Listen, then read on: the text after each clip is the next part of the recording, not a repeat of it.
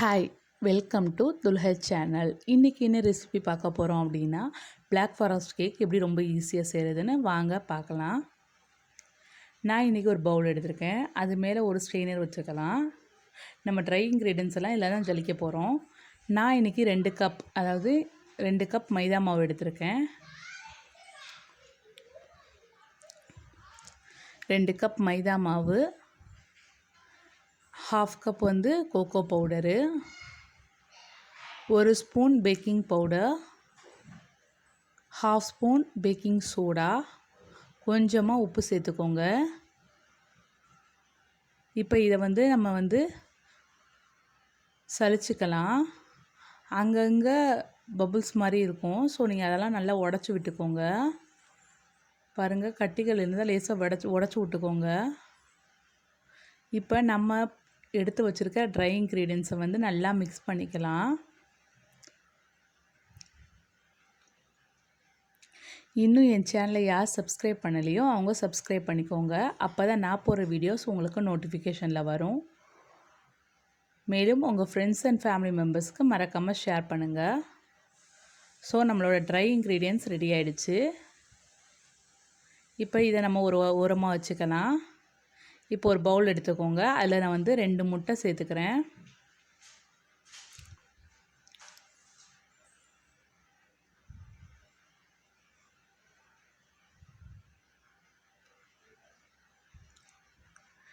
அதோட நான் ஒரு கப் அளவுக்கு, ஒரு பேக்கெட் அளவுக்கு, ஒரு சின்ன பேக்கெட் அளவுக்கு நான் தயிர் எடுத்திருக்கேன்.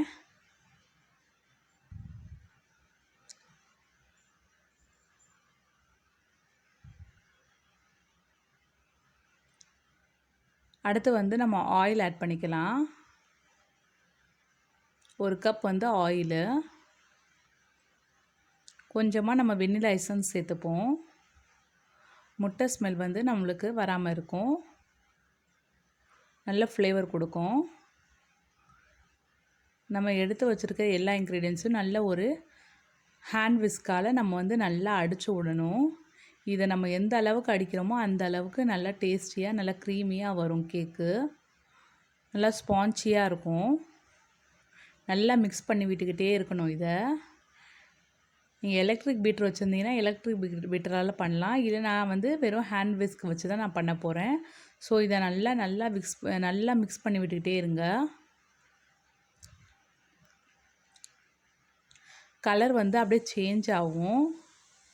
அப்படியே நல்லா லைட் ஒயிட் கலராக மாறும்.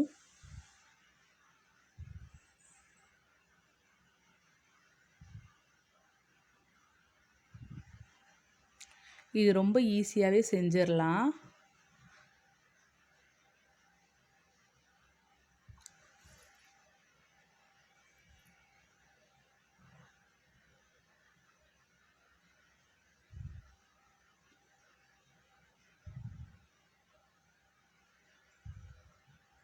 பாருங்கள், இப்போ நல்லா ரெடி ஆகிடுச்சு.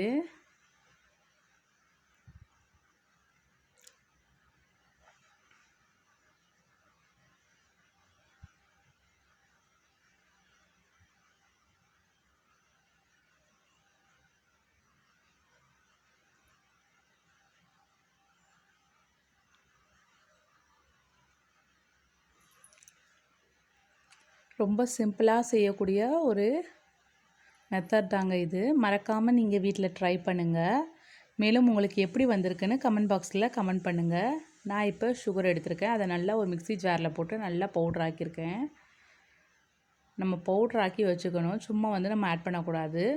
ஸோ இதையும் நம்ம நல்லா ஜலிச்சு எடுத்துக்கணும். கட்டிகள் இல்லாமல் நல்லா ஜலிச்சு எடுத்துக்கணும்.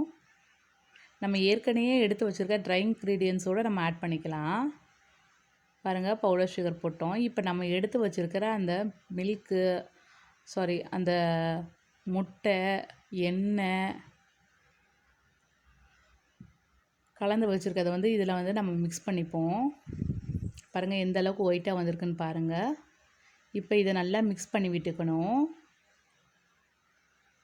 உங்களுக்கு கெட்டியாக தெரிகிற மாதிரி இருந்துச்சு அப்படின்னா கொஞ்சமாக பால் சேர்த்துக்கோங்க. பாருங்கள், நல்லா கெட்டியாக இருக்குது. இப்போ நம்ம இதில் கொஞ்சம் பால் சேர்த்துக்கலாம். இந்த அளவுக்கு கெட்டியாக இருக்கக்கூடாது. ஸோ நீங்கள் கொஞ்சம் கொஞ்சமாக பால் சேர்த்து நல்லா மிக்ஸ் பண்ணி விட்டுட்டு கரெக்டான பக்குவம் வர வரையும் நல்லா மிக்ஸ் பண்ணுங்கள்.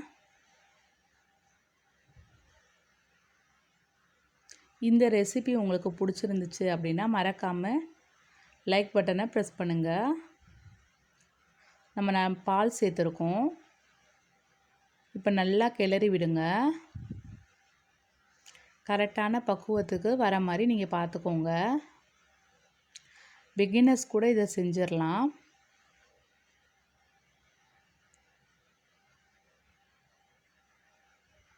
நல்லா மிக்ஸ் பண்ணி விட்டுட்டே இருங்க. உங்களுக்கே தெரியும் நல்ல ஒரு இதாக வரும். பாருங்கள், இப்போ பாருங்கள் எவ்வளோ அழகாக இருக்குது அப்படின்னா. உங்களுக்கு பார்த்தாலே தெரியும், எடுத்து ஊற்றும்போது அழகாக லேயர் லேயராக படியும். இதுதான் கேக்கோடைய பக்குவம்.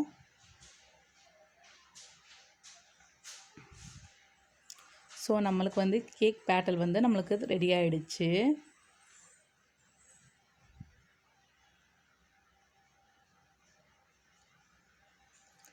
நல்லா ஒரு ஸ்மூத்தான ஒரு பேட்டல் நம்மளுக்கு கிடச்சிருக்கு.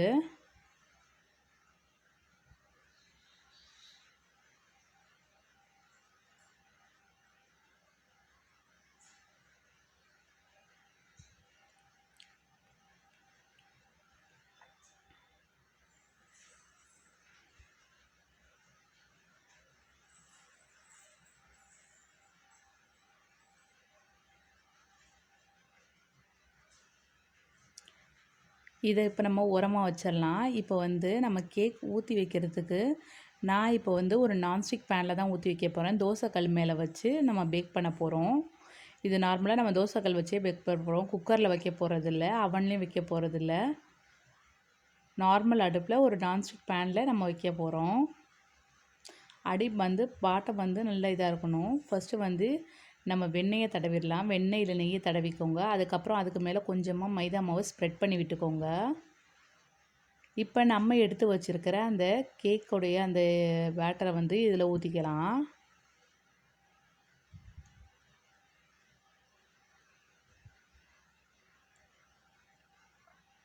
ஸோ இப்போ நம்ம அதை டேப் பண்ணி விட்டுக்கலாம்.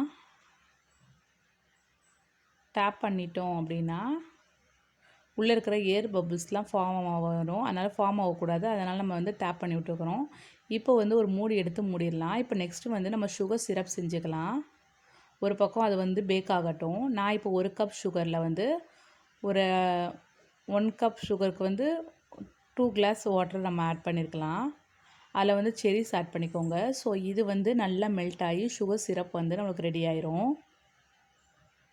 நல்லா சர்க்கரை டிசால்வ் ஆகணும். பாருங்கள், ஜஸ்ட்டு நீங்கள் ஒரு மிக்ஸ் பண்ணி விட்டீங்க அப்படின்னா சர்க்கரை கரைஞ்சி நல்லா ஒரு திக்கான ஒரு பதத்துக்கு வரும். ரொம்ப திக்காகணும்னு அவசியம் கிடையாது. சர்க்கரை கரைஞ்சி நல்லா பாயில்டு ஆனால் மட்டும் போதும். ஒரு பக்கம் நம்ம கேக் பேக் ஆகிட்டு இருக்கட்டும். இன்னொரு பக்கம் நம்ம சுகர் சிரப் ரெடி பண்ணிட்டோம். நெக்ஸ்ட்டு நம்ம இப்போ கேக்குக்கான க்ரீம் நம்ம ரெடி பண்ணணும். நான் இன்றைக்கி வனஸ்பதி எடுத்திருக்கேன்.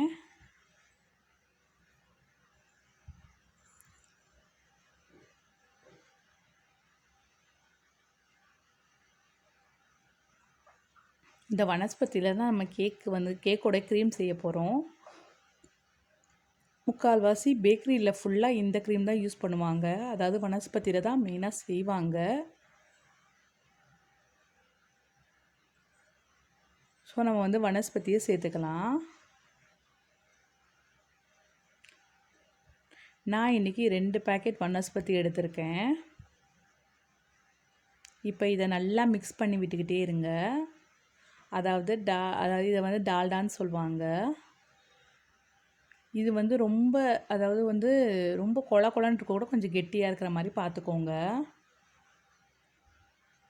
இப்போ ஒரு ஹேண்ட் விஸ்கை வச்சு நல்லா அடித்து விட்டுக்கலாம்.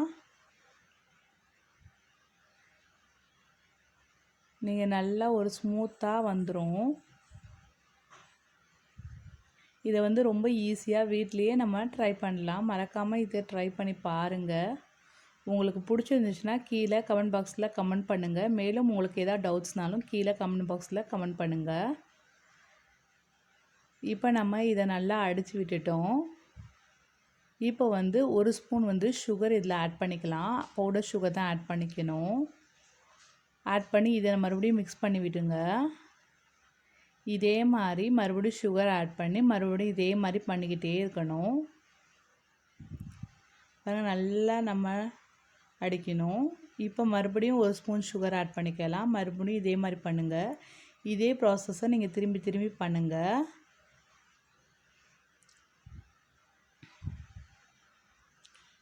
இப்படியே பண்ணிங்க அப்படின்னா நல்லா ஒரு க்ரீம் வந்து நம்மளுக்கு கிடைக்கும்.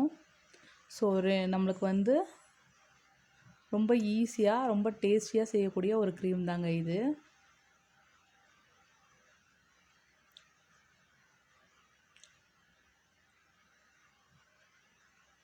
இன்னும் என் சேனலை சப்ஸ்கிரைப் பண்ணாதவங்க மறக்காமல் சப்ஸ்கிரைப் பண்ணிக்கோங்க. பக்கத்தில் உள்ள பெல் ஐக்கானை ப்ரெஸ் பண்ணிக்கோங்க. மேலும் உங்களுக்கு ஏதாவது டவுட்ஸ்னால் கீழே கமெண்ட் பாக்ஸ் இருக்குது, கமெண்ட் பண்ணுங்கள்.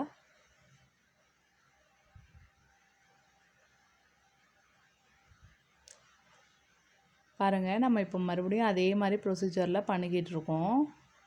1 ஸ்பூன் வந்து சுகர் ஆட் பண்ணி மறுபடியும் அதை நம்ம விஸ்க வச்சு நல்லா அடிக்கணும். இப்படி அடிக்கிறதால சுகர் அதாவது க்ரீம் வந்து டபுளாக மாறும். நல்லா நிறைய க்ரீம் வந்து நம்மளுக்கு கிடைக்கும். இப்படியே பண்ணிகிட்டே இருங்க. நீங்கள் எலக்ட்ரிக் விஸ்க் வச்சு பண்ணிங்கன்னா ரொம்ப சிம்பிளாக முடிஞ்சிடும். ஸோ இப்போ நம்மளோட சுகர் சிரப் நல்லா கொதிச்சுக்கிட்டு இருக்குது பாருங்கள்.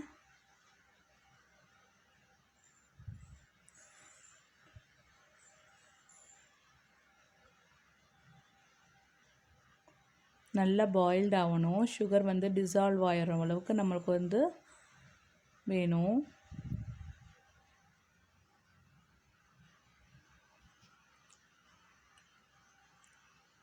இப்போ நம்ம எடுத்து வச்சுருக்கிற க்ரீம் அதில் வந்து 1 ஸ்பூன் வந்து வெண்ணிலா எசன்ஸ் ஆட் பண்ணிக்கலாம். எசன்ஸ் ஆட் பண்ணி நல்லா மிக்ஸ் பண்ணி விடுங்க. அப்படியே ஓரத்தில் ஃபுல்லாக அங்கங்கே அப்படியே ஸ்ப்ரெட் ஆகிருக்கும். எல்லாத்தையும் சேர்த்து வச்சு நல்லா ஒரு விஸ்கை வச்சு இது பண்ணுங்கள். உங்களுக்கு விஸ்கில் எடுத்து பார்த்தா தெரியும், ஒட்டாமல் வரும் பாருங்கள். இதுதான் கரெக்டான பக்குவம்.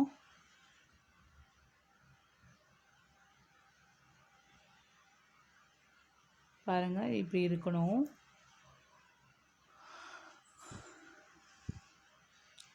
நம்மளுடைய கேக் க்ரீம் வந்து ரெடி ஆகிடுச்சு. ஃபஸ்ட்டு வந்து நம்மளுடைய கேக் வந்து பேக் ஆகிட்டுருக்கு. சுகர் சிரப் நம்ம ரெடி பண்ணிட்டோம். நெக்ஸ்ட்டு வந்து கேக் க்ரீமும் இப்போ ரெடி ஆகிடுச்சு.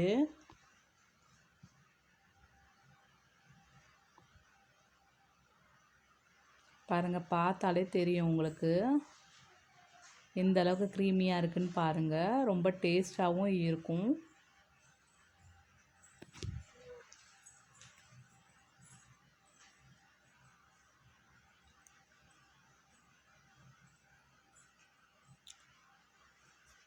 இப்போ க்ரீம் ரெடி ஆகிடுச்சு. இப்போ நம்ம ஒரு பைப்பிங் பேக்கில் வந்து இதை ட்ரான்ஸ்ஃபர் பண்ணிக்கலாம்.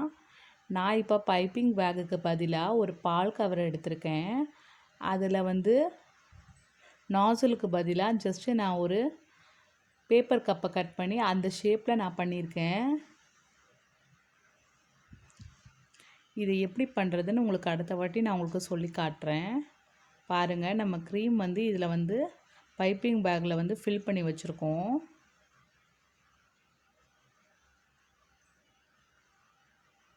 இப்போ வந்து ஒரு பிளேட்டில் நம்ம அதை வந்து போட்டு காட்டுறேன் எப்படி பண்ணணும்னு. பாருங்கள், நம்மளுக்கு அதே மாடலில் பிளாக் ஃபாரஸ்ட் கேக் கிடைக்கிற மாதிரி அந்த மாடலில் நம்மளுக்கு வந்துருச்சு. பூ ஷேப்பில். நீங்கள் ஒரு பிளேட்டில் வந்து இந்த மாதிரி பண்ணி பார்த்துக்கோங்க நல்லா வருதா இல்லையான்னு. அதுக்கப்புறம் நீங்கள் வந்து கேக்குக்கு மேலே அந்த மாதிரி பண்ணிக்கலாம். ஸோ நம்மளுக்கு வந்து க்ரீம் ரெடி ஆகிடுச்சு. இப்போ நம்ம வந்து பேக் பண்ண கேக்கை பார்க்கலாம். ஸோ நம்ம கேக் வந்து நல்லா வந்து புஃப்னு பொங்கி அப்படியே அந்த ஓரத்தில் உள்ள இதெல்லாம் வந்துருச்சு. ஏன்னா நம்ம நான்ஸ்டிக் பேனில் வச்சனால. நீங்கள் ஒரு நைஃபை வச்சு குத்தி பார்த்துக்கோங்க கேக் வெந்துருச்சு அப்படின்னா. இப்போ வந்து இதை வந்து 3 லேயராக நம்ம கட் பண்ணிக்கணும். So first layer, second layer, third layer அப்படின்னு 3 லேயராக கட் பண்ணிக்கலாம். கட் பண்ணிவிட்டு நம்ம ஃபர்ஸ்ட் லேயரை இப்போ நம்ம எடுத்துக்கலாம். இதில் நம்ம ஃபஸ்ட்டு வந்து சுகர் சிரப் வந்து ஆட் பண்ணிக்கலாம். ஃபுல்லாக ஸ்ப்ரெட் பண்ணி விட்டுக்கோங்க.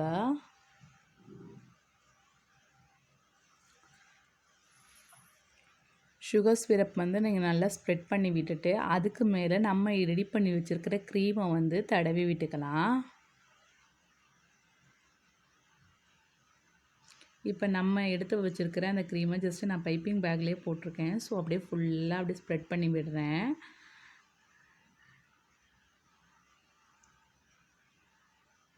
இப்போ ஒரு நார்மல் நைஃபு இல்லைன்னா ஒரு ஸ்பூனை வச்சு நீங்கள் ஃபுல்லாக ஸ்ப்ரெட் பண்ணி விட்டுக்கோங்க. நான் சும்மா இப்போதைக்கு பண்ணேன். இதே மாதிரி ஃபஸ்ட்டு லேயர் வந்து கேக்கு, அதுக்கப்புறம் வந்து சுகர் சிரப்பு, அதுக்கப்புறம் க்ரீமு. இதே மாதிரி அடுத்த லேயர் நம்ம வைக்கணும். செகண்ட் லேயரை அதுக்கு மேலே வச்சிடலாம். வச்சாச்சு. இப்போ நெக்ஸ்ட்டு வந்து அதுக்கு மேலே மறுபடியும் சுகர் சிரப் நம்ம ஆட் பண்ணிக்கணும். சுகர் சிரப் ஆட் பண்ணிக்கிட்டு நம்ம எடுத்து வச்சுருக்கிற க்ரீமை இதில் சேர்த்துக்கலாம். இப்போ வந்து நம்ம செகண்ட் லேயர் வந்து அப்ளை பண்ண போகிறோம்.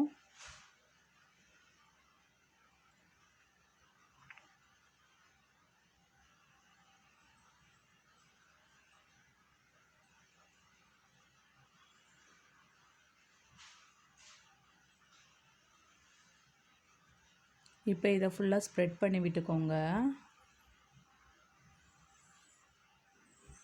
ஸோ கேக் க்ரீம் வந்து ஒரே இடத்துல நிறையா வந்தனால நான் சும்மா ஜஸ்ட் இப்படி ஸ்ப்ரெட் பண்ணி விடுறேன். ஸோ நம்மளுடைய தேர்ட் லேயரும் அதே மாதிரி வச்சு அந்த மாதிரி ஸ்ப்ரெட் பண்ணி விட்டுருங்க. அதுக்கு மேலே நம்ம இப்போ ரெடி பண்ணி வச்சுருக்க அந்த பைப்பிங் பேக்கில் வந்து பூ ஷேப்பில் நம்ம இப்போ போட்டுக்கலாம். பாருங்கள், இதே மாதிரி சுற்றி போட்டுக்கோங்க.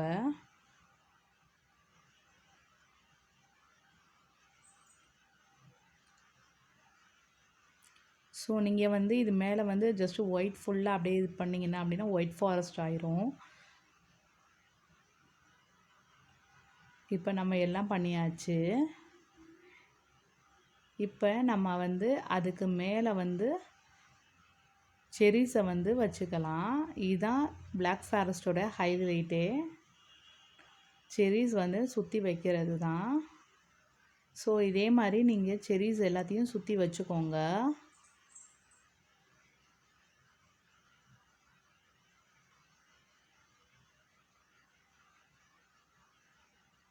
நம்ம செரிஸ் ஃபுல்லாக வச்சாச்சு. இப்போ ஃபைனலாக நம்ம என்ன பண்ண போகிறோம் அப்படின்னா, மேலே வந்து சாக்லேட் பவுடர் இல்லைன்னா நீங்கள் பிஸ்கெட் பவுடர் ஏதாவது எடுத்துக்கோங்க.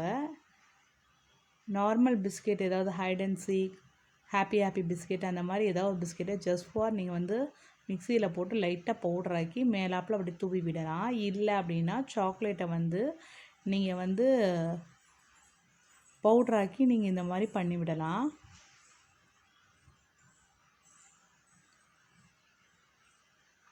நான் இன்றைக்கி வெறும் சாக்லேட்டை வந்து லேசாக பவுடராக்கி அப்படியே ஃபுல்லாக ஸ்ப்ரெட் பண்ணி விட்டுருக்கேன். நீங்கள் அப்படியே ஃபுல்லாக ஸ்ப்ரெட் பண்ணி விட்டு சைடில் இன்ச் பை இன்ச் எல்லாமே அப்படி பண்ணி விட்டுருங்க. ஸோ நம்மளோட பிளாக் ஃபாரஸ்ட் கேக் வந்து ரெடி ஆகிடுச்சு. இந்த ரெசிபி உங்களுக்கு பிடிச்சிருக்குன்னு நினைக்கிறேன். மறக்காமல் என் சேனலை இன்னும் யார் சப்ஸ்கிரைப் பண்ணலையோ அவங்க சப்ஸ்கிரைப் பண்ணிக்கோங்க. பக்கத்தில் உள்ள பெல் ஐக்கானை ப்ரெஸ் பண்ணிக்கோங்க. தேங்க்ஸ் ஃபார் வாட்சிங்.